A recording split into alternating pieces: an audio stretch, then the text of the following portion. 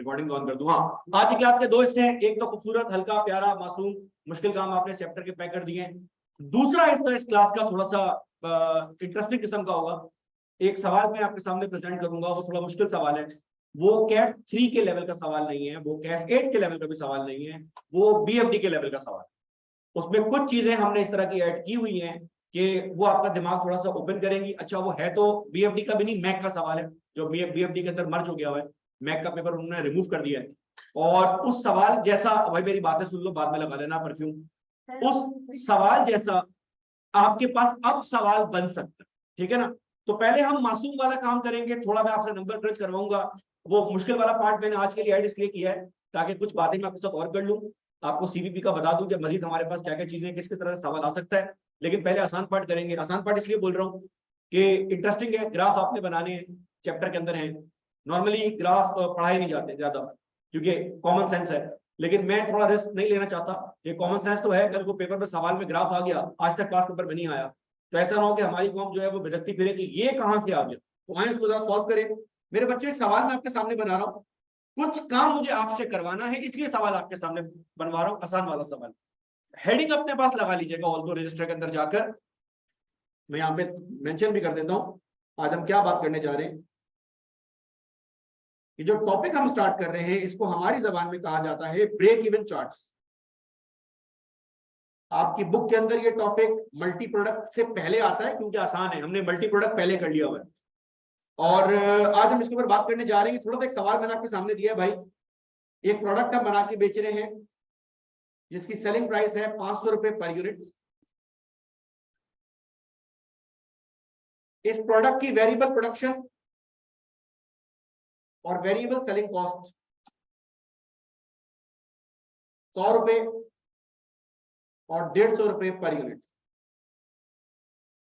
इस प्रोडक्ट को ठिकाने लगाने के लिए पूरे साल हमारे पास जो फिक्स कॉस्ट इनकर होती है वो दो तरह की है। एक फिक्स प्रोडक्शन ओवरहेड है, एक फिक्स नॉन प्रोडक्शन है, जिसको हम बोल देते हैं फिक्स सेलिंग कॉस्ट। सर ये मेरे पास महीने की आ रही है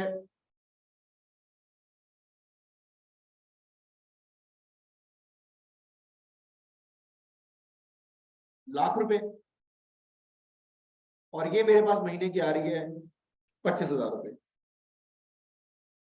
रिक्वायरमेंट जरा ध्यान से ऐड करें। ये रिक्वायरमेंट मैंने आपसे करवानी है, ये जहमत वाला काम है, आपसे इसलिए करवा रहा हूं कि मुझे ये काम नहीं करना, मुझे ग्राफ बनाने।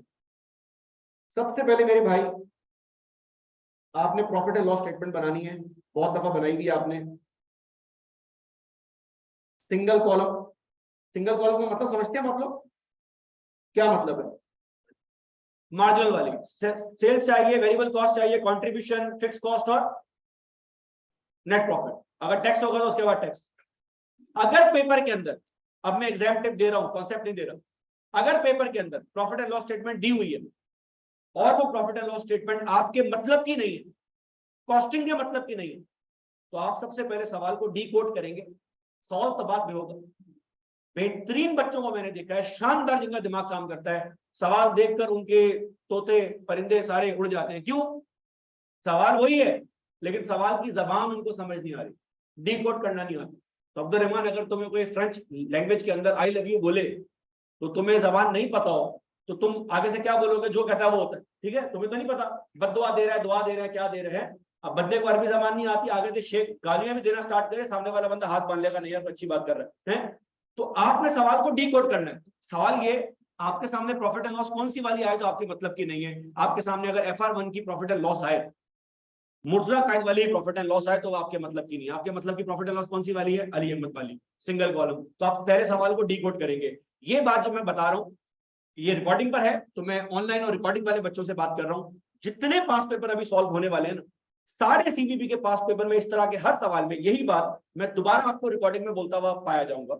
इस दफा जो मैंने सीबीपी की रिकॉर्डिंग बनाई है, क्रोमा रिकॉर्डिंग, उसमें सवाल सॉल्व नहीं किए, सिर्फ सवाल सॉल्व किया है, सवाल के बीच बीच में रिवीजन भी करवाई है, ताकि आप जब रिकॉर्डिंग देख रहे हो, और मेरे आपसे वास्ता है, खुदा का वास्ता है, रिकॉर्डिंग देखा करे। वो लास्ट वीक एक बच्चे ने मुझसे सवाल पूछा, अभी बेचारा गया हुआ है गाँव घूमने, और मैंने उसको बोला भाई सवाल का जवाब रिकॉर्डिंग में है, रिकॉर्डिंग देखिए। कह रहा नहीं, मैं उसको अपनी रिकॉर्डिंग खोल कर दिखा रहा हूँ। अब मैं रिकॉर्डिंग खोल के तो नहीं दिखा सकता ना यार। कह रहा हाँ सही हो गया। तो मैंने कहा भाई रिकॉर्डिंग का पर्पस रिवीजन करवाना है, मैं आपको वो पहले वाली रिकॉर्डिंग नहीं दे रहा कि ये लो हो गया कोर्स, जाओ पढ़ो जाओ। मैं आपको रिकॉर्डिंग वो दे रहा हूँ जो आपकी क्लास को वैल्यू एड कर रहा है, ताकि आप रिवीजन कर लें उसके बाद में। तो अगर प्रॉफिट एंड लॉस आपके मतलब की नहीं है, तो पहला काम एग्जाम में क्या होगा, प्रॉफिट एंड लॉस अपने मतलब के बनाएंगे। अपने मतलब से मुराद single column. For the following activities, इन एक्टिविटीज के ऊपर आपने प्रॉफिट एंड लॉस बनानी है। किन के ऊपर? 0 यूनिट्स, 1 यूनिट, पहली क्लास में ये काम किया था। 10 यूनिट्स, 100 यूनिट्स, 250 यूनिट्स, 500 यूनिट्स,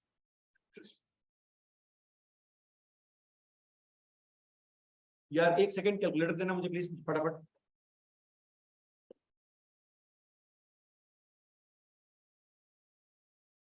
अगर जरूरत नहीं है तो अगला ऐड नहीं करते।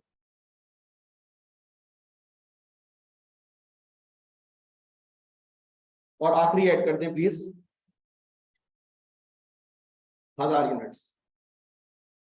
1000 यूनिट्स के बारे में एग्जामिनर साथ में ये भी बोल रहा है कि ये 1000 यूनिट्स हमारी एक्सपेक्टेड सेल्स है। तो सर अगर 1000 यूनिट एक्सपेक्टेड सेल है तो ये हमसे ख्वारी क्यों करवा रहा है? भाई ये काम एक्सेल की शीट पर होता है, मैनेजर बोल रहा है मैं व्हाट इफ एनालिसिस जो है वो करना चाह रहा हूं, मुझे ये बताओ अगर इतने इतने यूनिट बने तो क्या होगा। बेटा ये सारे काम करने के बाद दूसरा काम आपने क्या करना है, आपने ब्रेक इवन पॉइंट निकालना है। और तीसरा काम आपने क्या करना है, आपने मार्जिन ऑफ सेफ्टी निकालना है। कोई मैंने अनयूजुअल चीज तो आपके सामने प्रेजेंट नहीं कर दी, घबरा तो नहीं गए आप इसको देखकर? Very good. सवाल सॉल्व करें, जल्दी सॉल्व कीजिएगा जरा प्लीज, क्योंकि सवाल का answer is not the answer of this question. सवाल के आंसर की बेस में जो कॉन्सेप्ट खड़ा करना है, that's the main core of this lecture. जल्दी करें प्लीज। कोई बात नहीं, खैर it's an error of passion. खैर ऐसा जुर्म जो है वो माफ होता है। अच्छा जी बच्चों, चलें आए प्रॉफिट एंड लॉस स्टेटमेंट बनाए। ये आपने बहुत दफा बनाई हुई है। वो एक अंग्रेजी का मुहावरा है, what goes around comes around. यहीं से तुम लोगों ने लेक्चर की शुरुआत की थी और यहीं पर इस लेक्चर का इख्तिताम होने जा रहा है। आए प्रॉफिट एंड लॉस बनाया, फिर बताऊं मैं क्यों बना रहा हूं।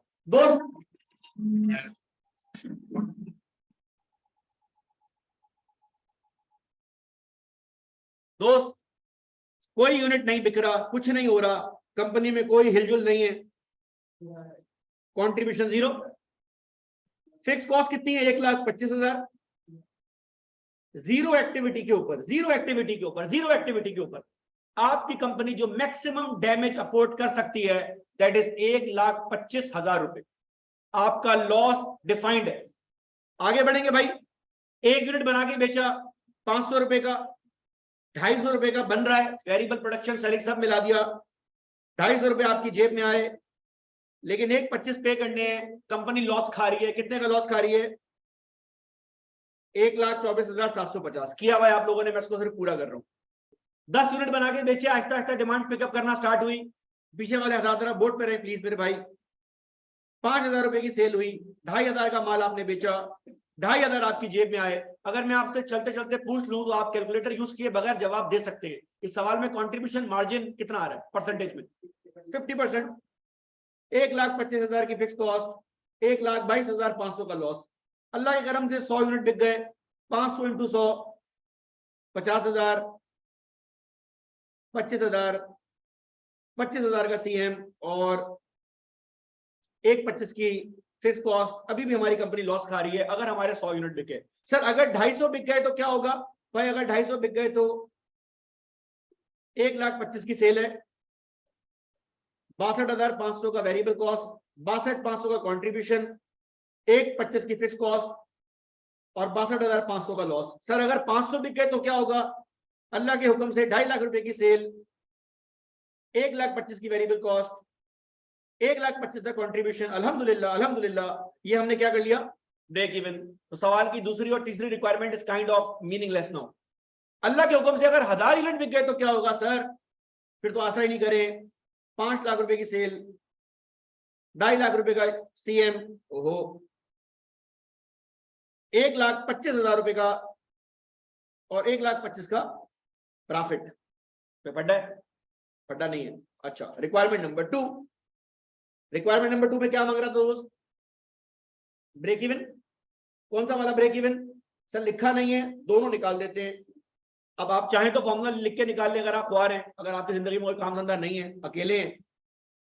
यहां पे आंसर लिखा हुआ है बोर्ड पर, ब्रेक इवन है 500 यूनिट। 500 यूनिट का मतलब क्या हुआ? इतने यूनिट बेचूंगा, खर्चे वर्चे पूरे हो जाएंगे। अच्छा, दूसरा आइटम भी निकाल दें, break even sales. Sir break even sale है 2.5 लाख रुपए। 2.5 लाख रुपए का माल बेचूंगा तो सारे खर्चे पूरे होंगे, दोनों बोर्ड पे लिखे हुए। अच्छा, तीसरी रिक्वायरमेंट क्या है भाई? अगर जिंदगी में कोई काम धंधा नहीं है, कैलकुलेट कर ले मार्जिन ऑफ सेफ्टी। लेकिन चलो मैं इसमें मार्जिन ऑफ सेफ्टी आपको निकाल के दिखा देता हूं। Sir margin of safety units में कितना आ रहा है? 1000 यूनिट एक्सपेक्टेड सेल है, ब्रेक इवन 500 है, मार्जिन ऑफ सेफ्टी यूनिट में आ रहा है 500 का।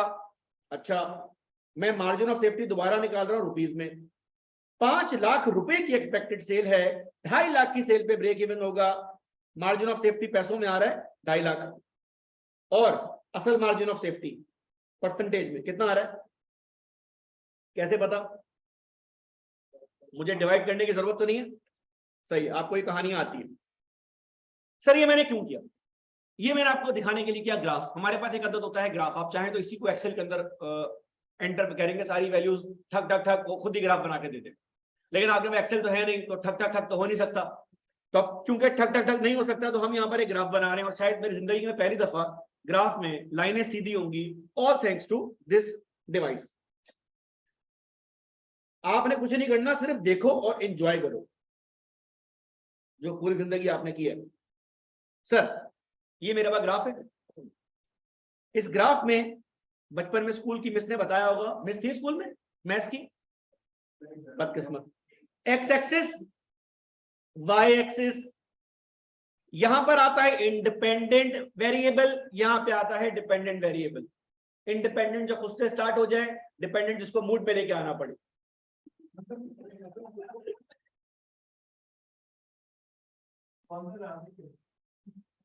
अच्छा, ये ब्रेक इवन ग्राफ आपको मैं याद दिला देता हूं। मैच का जो ग्राफ बनता है, यहां पर आ रहे होते हैं ओवर्स, यहां पर आ रहे होते हैं रन्स। ये ऑस्ट्रेलिया का ग्राफ जा रहा है, विकेट गिरी है, विकेट गिरी है, विकेट गिरी है। ये पाकिस्तान का ग्राफ जा रहा है, विकेट गिरी है, विकेट गिरी है, गिर ही रही है बस, ठीक है। तो पहले बॉल डिलीवरी होगी, पहले रन बनेगा। सर पहले बॉल डिलीवरी होगी, this is called independent variable. ये फजूल बातें थी, एक बार बता दी है, ठीक है ना। अगर आपका क्यूटी स्किप हो गया था इसलिए बताइए। यहां पर आते हैं मेरे प्यारे बेटे यूनिट्स, यहां पर आते हैं पैसे, रुपीज, डॉलर, पाउंड, जो भी आपने करना है। अब मेरा आपसे सवाल है, बहुत ध्यान के साथ, बहुत प्यार के साथ, मेरे बच्चों, 0 यूनिट पे सेल कितनी थी? 0। 1 यूनिट पे कितनी थी? 10 पे कितनी थी? 100 पे कितनी थी? अगर आप गौर करें तो ये सेल डायरेक्ट प्रोपोर्शन में बढ़ रही है, वरना रियल लाइफ में ये परंपरा होती नहीं है। रियल लाइफ में यूनिट्स को बढ़ाने के लिए थोड़ा डिस्काउंट दिया जाता है, तो रियल लाइफ में सेल्स का ग्राफ थोड़ा सा यूं कर्व में आ जाता है। लेकिन हम रियल लाइफ को डील नहीं कर रहे। सीवीपी ये एज्यूम करता है, सीवीपी बहुत सारी बातें एज्यूम करता है, एक तो तुम्हारी बुक में लिखी हुई है, सॉरी रजिस्टर में मैंने आपको जो है वो लिखवाई थी। Assumption number 2, selling price will remain constant at all activities. Paper में ऐसा नहीं होगा, सवाल में एग्जामिनर बोलेगा सही है, एजम्पशन तो है, मॉडल तो है, लेकिन तुम्हें तो आता है ना, तो तुम इस मॉडल को चेंज करके यूज करो। अभी हमने लास्ट क्लास के सवाल में किया था, वो कौन सा पास पेपर था? ऑटो जोन, ऑटो ट्यून, क्या था सवाल का नाम? Auto industries. ऑटो इंडस्ट्री में याद होगा उसने selling price, variable, fix cost change की, तो आपने 2 ग्राफ बना लिए। अब आप टूल को जैसे मर्जी यूज करें। सर मैं अगर 0 यूनिट पर हूं तो मेरी सेल 0 है, और 1000 यूनिट पे सेल कितनी है? बस अब देखें यही कहानी, अगर मैं ग्राफ में प्लॉट करूं, सेल्स का ग्राफ अगर प्लॉट करूं सेल्स का, तो ये ओरिजिन से स्टार्ट होगा। ओरिजिन से इसलिए कि 0 यूनिट का मतलब 0 पैसा, और ये स्ट्रेट लाइन में यहां तक जाएगा, और ये स्ट्रेट लाइन में यहां तक जाएगा।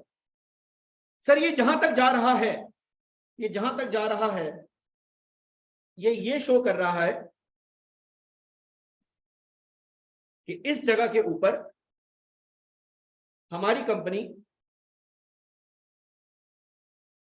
1000 यूनिट बना के बेच रही है। 1000 यूनिट के ऊपर सेल कितनी हो रही है? 5 लाख। तो इसका मतलब ग्राफ पे एक्स एक्सिस यूनिट शो कर रहा है, और वाई एक्सिस क्या शो कर रहा है? पैसे। तो ये जो मैंने ग्राफ बनाया मेरा बेटा, ये किस चीज का ग्राफ है? सेल्स रेवेन्यू का। कोई फड्डा तो नहीं है जिस तरह से मैंने प्लॉट चार्ट किया, ग्राफ को प्लॉट किया हुआ है? पक्की बात है? अच्छा, दूसरा आइटम मेरे भाई सुनते जाना, ये ग्राफ 3 है, ये पहला ग्राफ मैं आपके सामने बना रहा हूं। वेरिएबल कॉस्ट कितनी आ रही है 0 यूनिट के ऊपर, और 1000 यूनिट पे कितनी आ रही है? 2.5 लाख। आप गौर करें, वेरिएबल कॉस्ट डायरेक्ट प्रोपोर्शन में बढ़ रही है। हालांकि कल पास पेपर के सवाल में आपने देखा है, जब आप हाई वॉल्यूम के ऊपर काम करते हो तो इकोनॉमीज ऑफ स्केल होता है, वेरिएबल कॉस्ट कम होती है, लेकिन वो तो रियल लाइफ में होती है। एजम्पशन क्या होती है कि there are no discounts in variable cost. तो अगर मैं वेरिएबल कॉस्ट का भी यहां ग्राफ बनाऊं तो स्टार्ट कहां से होगा? ओरिजिन से, लेकिन वो जाएगा यहां तक। और ये क्या शो कर रहा है दोस्त? ये शो कर रहा है वेरिएबल कॉस्ट। और ये शो क्या कर रहा है सर? ये शो ये कर रहा है कि 1000 यूनिट के ऊपर वेरिएबल कॉस्ट आ रही है, कितनी आ रही है? 2.5 लाख रुपए।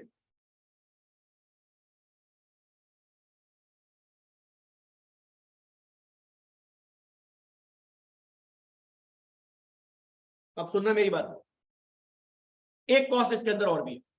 कौन सी कॉस्ट है? Fix cost. 0 यूनिट पे कितनी आ रही है? 1.25। सर फिक्स कॉस्ट तो आनी आनी है। 1 यूनिट के ऊपर कितनी आ रही है? 100 पे कितनी आ रही है? फिक्स बोल ही क्यों रहे हैं? क्योंकि fix cost change, we all know this, fix cost भी रियल लाइफ में चेंज होती है। फिक्स कॉस्ट रियल लाइफ में फिक्स नहीं होती, स्टेप होती है। 1000 यूनिट बनाए, सॉरी 500 यूनिट बनाए, फिक्स कॉस्ट आ रही है 1.25। 1.25 क्या है? वेयर हाउस का रेंट। लेकिन वेयर हाउस में जगह ही 500 यूनिट की थी। जैसे ही 500 से ऊपर 1 यूनिट बनाऊंगा, वेयर हाउस में जगह हो गई खत्म, फौरन से नया वेयर हाउस लूंगा और 2 वेयर हाउस हो जाएंगे। एक वेयर हाउस 1.25 का था, 2 वेयर हाउस। तो आप जैसे जैसे एक्सपेंशन करते हैं फिक्स कॉस्ट बढ़ना स्टार्ट हो जाती है। जिस तरह आईक्यू ने भी स्टूडियो रूम बनाया है, एक्सपेंशन की है, इस ब्रांच में आया है, तो आईक्यू जैसे इस ब्रांच में आया था आईक्यू के प्रॉफिट गिर गए थे। क्यों सर? वो छोटी ब्रांच पहले वाली, वहां फिक्स ओवरहेड कॉस्ट कम थी, बंदों की रिक्वायरमेंट कम थी, कैमरे कम थे, एसी कम थे, बिजली का बिल कम था, रेंट भी कम था। जैसे ही आपने एक्सपेंशन की, प्रॉफिटेबल कंपनी, अब जाहिर सी बात है अपने प्रॉफिट से उसको पैसे पे करेगी। कब तक पे करेगी? जब तक नया वॉल्यूम मजीद ना बढ़ जाए। तो हमेशा एक्सपेंशन के अंदर आपकी रिसोर्सेज खर्च होती है। जिस बच्चे ने एज ऑफ एम्पायर गेम खेला हुआ है, क्लैश ऑफ क्लैंस खेला हुआ है, राइज ऑफ एम्पायर खेला हुआ है, उन सबको ये बात पता है, एक्सपेंशन के दौरान आपकी रिसोर्सेज ज्यादा ड्रेन हो रही होती है बजाय इसके जब आप पीसफुल होते हो। एक्सपेंशन आपकी कॉस्ट इनकर कर रही होती है। बहरहाल फिक्स कॉस्ट कितनी है दोस्त? 1,25,000। कहां से ग्राफ स्टार्ट होगा? 0 यूनिट के ऊपर भी 1,25,000 था, 0 यूनिट पर भी 1.25, 500 पे भी 1.25, 1000 पे भी 1.25। इस कॉस्ट की खूबसूरती ही ये है कि ये कॉन्स्टेंट रहती है। दोस्त ये किस चीज का ग्राफ हो गया? ओ ये किस चीज की लाइन हो गई है? और ये कहां से स्टार्ट हो रही है?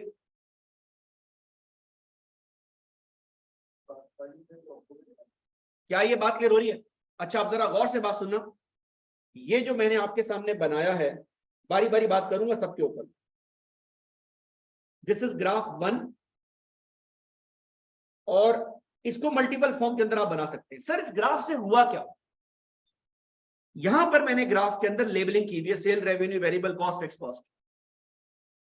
हो सकता है मैं आपके सामने सवाल रखूं, एग्जामिनर आपके सामने सवाल रखे, आज तक नहीं रखा, जिसमें ये लेबलिंग गायब हो लेकिन ग्राफ आपके सामने हो। Can you interpret this graph? Yes you can interpret this graph. इस ग्राफ में अगर नाम ना लिखे हो ना तो अंधे बंदे को भी यह बात मालूम है, ये जो ऊपर वाली लाइन है ना ये सेल्स की होगी, नीचे वाली लाइन और जो लाइन स्ट्रेट मूव कर रही है वो किस चीज की है? अच्छा एक बात आपने ये सीखी। दूसरी बात, this is interpretation of graph. आसान है, इंटरेस्टिंग भी है। अब तक पेपर में नहीं आया हुआ कि ग्राफ की फॉर्म में सवाल पूछ के बोले सॉल्व करो, अब आ सकता है। इस अटेम्प्ट में नहीं आएगा, अगली में नहीं आएगा, उससे अगली। इट्स लॉन्ग ओवर ड्यू, क्योंकि बुक के अंदर इसका बाकायदा एक सेगमेंट बना हुआ है। 100 सवालों के किट के अंदर अगर एक सवाल भी ग्राफ का नहीं है तो वो किट बेकार है। हमने भी अपने किट में नहीं ऐड किया था, पिछली अटेम्प्ट से हमें दिमाग में आया कि अब एग्जामिनर छोटे छोटे एरियाज पकड़ रहा है बुक के अंदर, तो जब से छोटे छोटे एरियाज पकड़ रहा है, अब हम भी छोटे छोटे एरियाज को कैच करना स्टार्ट कर दिया। दूसरी चीज आपने क्या सीखी? ये ग्राफ किस चीज का है? सेल्स का। अच्छा लिखा हुआ है, नहीं भी लिखा हो तो तुम ये बात समझ जाओगे। सेल्स का जो ग्राफ है वो कितने यूनिट्स के ऊपर है? तो 1000 यूनिट के ऊपर सेल्स क्या आ रही है? तो 5 lakh divided by 1000 selling price क्या आ रही है? तो बजाय इसके कि एग्जामिनर आपको इंफॉर्मेशन इस फॉर्म के अंदर दे, एग्जामिनर आपको इंफॉर्मेशन इस फॉर्म के अंदर भी दे सकता है। क्या ये बात क्लियर होती है? जरूरी नहीं है कि वो आपको नंबर ही बताए, ग्राफ बना के दे देगा, बच्चा वहां डिकोड ही नहीं कर पाएगा, ये हमारे साथ क्या हो गया, हाथ हो गया। हालांकि बात वही है। आगे सुनो, ये ग्राफ किस चीज का है? नाम तो वैसे है लिखा हुआ, लेकिन अगर नहीं भी लिखा हुआ तो नीचे वाली लाइन किसकी होगी? क्यों सर नीचे वाली लाइन क्यों होगी? अबे तो नेगेटिव कंट्रीब्यूशन में प्रोडक्ट वैसे ही बंद हो जाता है। 1000 यूनिट के ऊपर वेरिएबल कॉस्ट क्या आ रही है? तो 2.5 लाख डिवाइड बाय 1000 कितना आ रहा है? अच्छा, 250 की वेरिएबल कॉस्ट, 500 रुपए का selling price, contribution per unit क्या हो गया? कंट्रीब्यूशन मार्जिन क्या हो गया? 50% हो गया। अच्छा, ये स्ट्रेट लाइन, नाम नहीं लिखा हुआ, लेकिन स्ट्रेट लाइन किस चीज की होगी? कितने की है? 1,25,000 fix cost divided by contribution per unit. Break ही बना सकता है। इसका मतलब एग्जामिनर को मुझे चार्ट में सिर्फ ये वैल्यूज जो है वो देने की जरूरत है। अच्छा, आगे सुने, और क्या डीकोड हो रहा है? ये बहुत मजेदार एरिया है यार। अगली चीज जो डीकोड हो रही है ना, वो ये हो रही है, सेल्स माइनस वेरिएबल कॉस्ट किस चीज को बोला जाता था? Very good, sales minus fix cost is called contribution. दो सेल्स कितनी है सवाल के अंदर? वेरिएबल कॉस्ट कितनी है? तो कंट्रीब्यूशन जो है वो कितने का होगा? अच्छा, फिक्स कॉस्ट कितनी है? प्रॉफिट कितना आ रहा है? ये सारी इंफॉर्मेशन आप डायरेक्ट ग्राफ के थ्रू निकाल सकते, लेकिन मैं आपको ग्राफ से लेके आने से पहले चार्ट दिखा दिया था।